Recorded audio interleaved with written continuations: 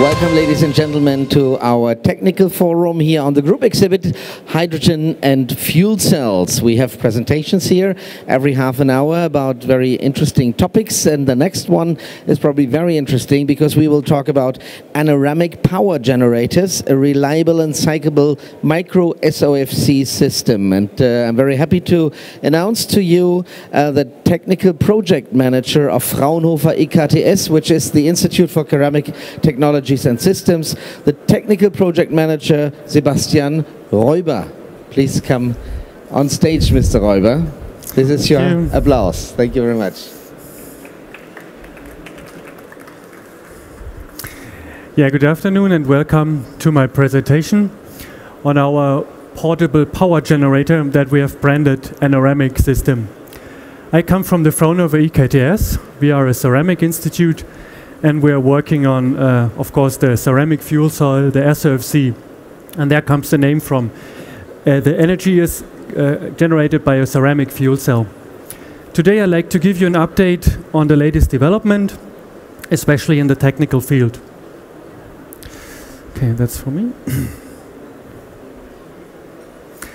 For off-grid power solutions, it is very important to have a device at low costs and with a long autarkic runtime in order to reduce the maintenance periods. The device should operate independent from the weather conditions to enable the system for a long-term operation. And what is very important for such a device is that it is, especially here in Germany, protected against theft and vandalism. The solutions that are currently available, for instance, solar-powered weather stations, or wind turbine-powered traffic guidance systems, or battery sets for traffic guidance, are not sufficient market solution at the moment. So, as a SOFC manufacturer, developer, we have decided to develop a system with the following specification. It is a battery hybrid system, fuel cell battery hybrid system. It operates fully automatic and has a nominal output of currently 100 watt at 12 volt. That's a common level for these phones. It should operate on a fuel infrastructure that is available, and for ourselves this is propane and LPG fuels. Of course, I think you're familiar with the problem of the hydrogen infrastructure. So we use these commonly widely available fuels, and we generate a synthesis gas that can be where the fuel cell generates the electricity out of. In terms of durability, we are looking for 10,000 hours and 200 cycles. Cycling is especially challenging for the SOFC technology as it operates at a high temperature. The weight and the volume should be about 30 kilogram and 50 liters, and the ambient temperatures, as you can see here. Probably applications can be divided into three main sectors. First of all, the industry sector for probably traffic guidance or surveillance cameras, or probably pipeline informations, pipeline surveillance. Of course, the leisure market, camping market, caravan market, or probably the energy supply to a remote cottage at the bottom. On the right side, the mobility for catastrophic alert teams. If you compare our system in terms of energy to the other available solutions, we can say that we can produce 30 kilowatt hours of energy with one Eneramic system and a 5 kilogram bottle of LPG fuel at a price that we assume to be around 4,000 euros. If we compare it, the same amount of energy with lead batteries, we need about 10 lead batteries. And of course, they are quite heavy and they require a huge amount of volume, and they are sensitive to low temperatures.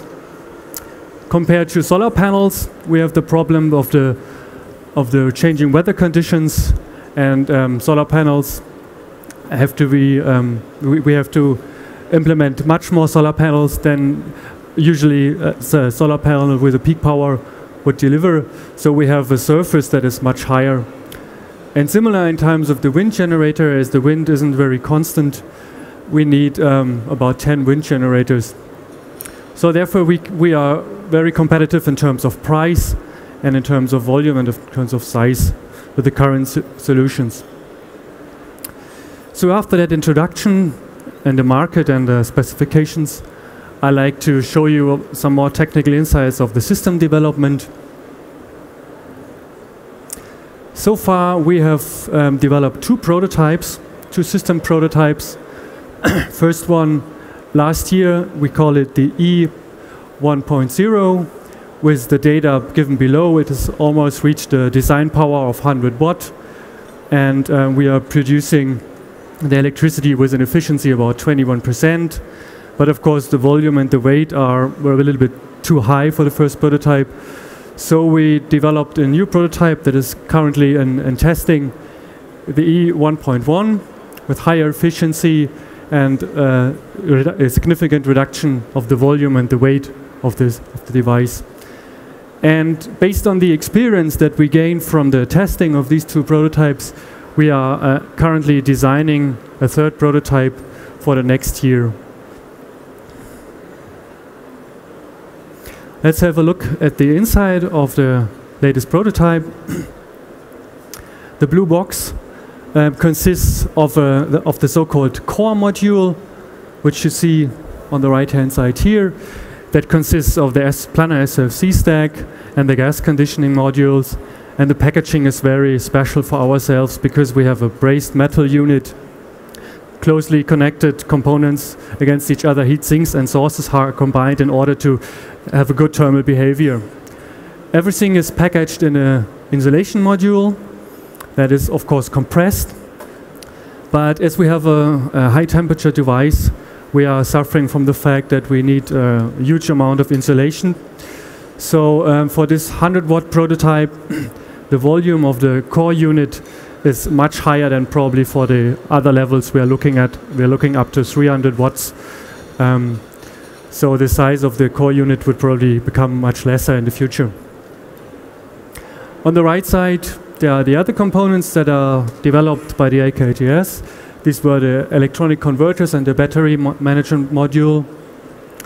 And below we use a commercial process control module by a supplier.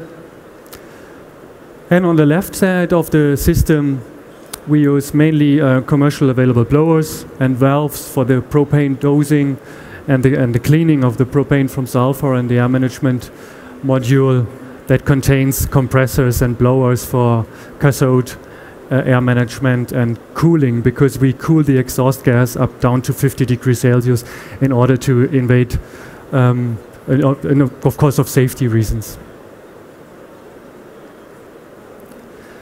Let's have a look at our main development, which is the core module. The core module, as I mentioned before, comprises the stack at the top and all the other modules for reforming, afterburner, air preheating at the bottom. You see that the core module has about the size of one liter compared to the propane gas bottle that can be seen in the picture.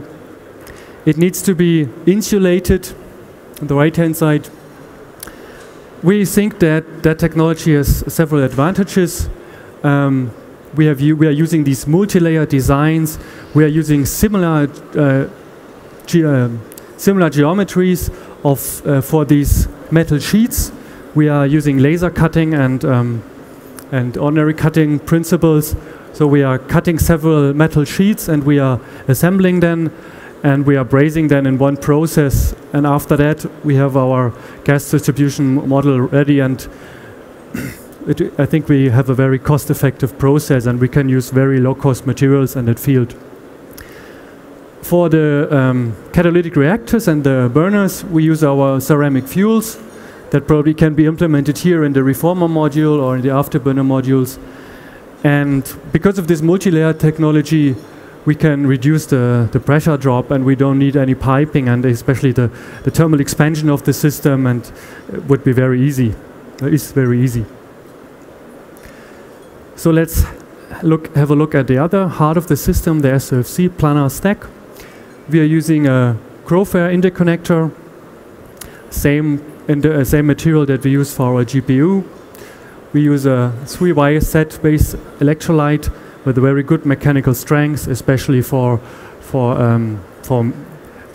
mobile operations, and we have a lot of activity, a lot of shaking. So the electrolyte is quite rough. It is not the most efficient technology available at the moment, but our focus at the beginning of the project was to design a system with a competitive price, and the first design target was not to develop a system with the highest efficiency, because that would have caused a system with a high price as a consequence. So let's have a look at the stack. You see the stack consists of 40 cells, 40 SOFC cells. They are connected in series connections, and they are compressed with these top and bottom plates, sealing, glass seals in between, silicium oxide, aluminum-based barium glass seals. Yeah, everything is assembled and everything is braced in a process, and then it is connected with a GPU set, and the system is ready for testing. This slide gives you an impression about the reproducibility of our stacks. It shows the 30 stacks that we have produced last year, and shows the derivation of the power. Usually we have a power of 150 watt from the stack, and you can see here the measurement data after the stack brazing. So after the introduction of the system and some technical insight, I'd like to come to test results of our system and component testing. First slide gives the 100-hour test of our system prototype in a laboratory. After we start the burner, after about 2 to 3 hours, we have the system operation. We can start the SOFC stack, and we were here at this point. We were testing the temperature control management of the stack. Here in the blue line, we were varying the SOFC temperature. And at one point, about 60 hours, we were doing an analysis, which you can see on the right side, efficiency analysis.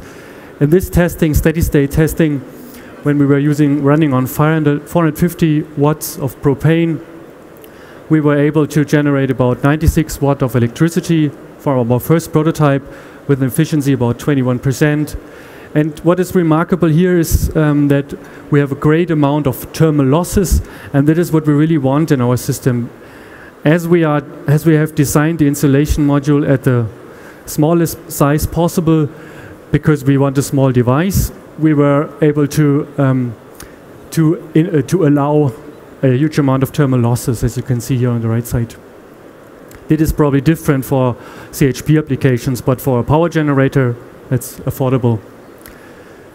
Next slide demonstrates a lab test over 2,000 hours for our hot module. Again, you see the time scale at the bottom, and the left side you see the power here in black, the black line, and the chemical input and the temperatures. So this was a steady state testing for 2,000 hours. At the beginning we had a system power of 140.4 watt, and after 2,000 hours we were able to have a power reduction about 4 watt. And in summary, this results in a degradation for 1.5% per 1,000 hours, which is for our low-cost mobile application quite good. The prognosis for this lifetime of the system is about 5,000 hours. That is still in operation. So yeah, this is the stages of the current testing that we're doing in our laboratories. Now let's have a look at probably the cycleability. The cycleability for SOFC is quite challenging, especially for our applications, because we are heating the SOFC with 20 Kelvin per minute, which is a very harsh thermal gradient, and usually that's quite challenging for the metal ceramic compound. So this shows you the first testing on cycleability at a temperature of 860 degrees Celsius. On this slide you see the number of cycles, and we are dividing between the red points, the red points, gives you the tests for the stack. We're testing at stack level, and the blue at system level. So on the first testing, we can see there was still a significant degradation. For the stack, it was 0.1% per cycle, and for the hotbox, it was more than twice the level. And we were probably able to reach 50 cycles, which was not sufficient at the point. So therefore, we have started analysis, and we have done a temperature analysis of the SOFC stack. And simulation, we were doing 3HD thermal simulation of the stack, and we are validating the data on a furnace testing. So here we see the results from the temperature simulation based on the data that we receive from the stack measurement. About every 10 cells, we were having 4 thermocouples in between of the stack, and we were measuring the temperature. And what came out was that also, although we had at the bottom and the top plate temperatures about 860 degrees Celsius, which were in the design point, in the middle we were almost up to 895 degrees Celsius. So this was clearly not the best for the ceramic compound. So we were reducing the temperature for the next cycles. We were running now at 830 degrees C. And what you can see here is that we were able to reduce especially the degradation of the stack and the system quite significantly. So at stack level, we have not reached thermal degradation yet. And at system level, where we have thermal and redox degradation as well, we're still having a degradation about 0.1% per cycle. And we're able to reach about 100 cycles with the system now. Test is still ongoing, as I mentioned. So let's summarize with a small outlook. What are we going to do the next? We are preparing an application testing in the field of the traffic surveillance in September this year. And we are developing the next generation, because based on our results that we have from the first 2 prototypes, and as we are developing the stack, the components, and as we are summarizing all the system development and the IKTS, we were able to transfer the results from the first prototype down to the development of the stack technology. So we are developing a new generation with a new stack technology. This is especially addressing the results, the problems in terms of cyclability. So we will be able to have an optimized system within next year. In the last year, we have developed a safety concept in collaboration with the TÜV Süd, and this is now being implemented in our field testing devices. And we plan, based on these experiences and results, we plan to have prototypes available for industrial partners within the next year. So what we can offer you as a probable customer, we can offer a patent technology, SOFC technology, prototypes available in testing that have promising results. We have a business plan including a BOM and a cost model conducted so far. And here at the Hannover Fair, we are looking for marketing and production partners. So I have to thank you for your attention, and I'd glad to ask your questions or to meet you in our booth afterwards. Thank you. Yeah, thank you very much, Mr. Reuber, for this interesting presentation. I like most that you call the fuel cell energy the blue energy. This is a nice word, you know. We're calling about the green energy. If you think of renewables with hydrogen, we should, or with fuel cell energy, yeah. we now think about blue energy as a nice word. Okay, any questions from your side? And just raise your hand. I'll be with the microphone right with you. If you allow me a question, Mr. Reuber, these are fairly high temperatures for devices who stand alone somewhere in the wood or at the side of a street or somewhere. Aren't you afraid when the first is blowing up and it's burning, the business case is over already? High temperatures is a challenging for the material and for development.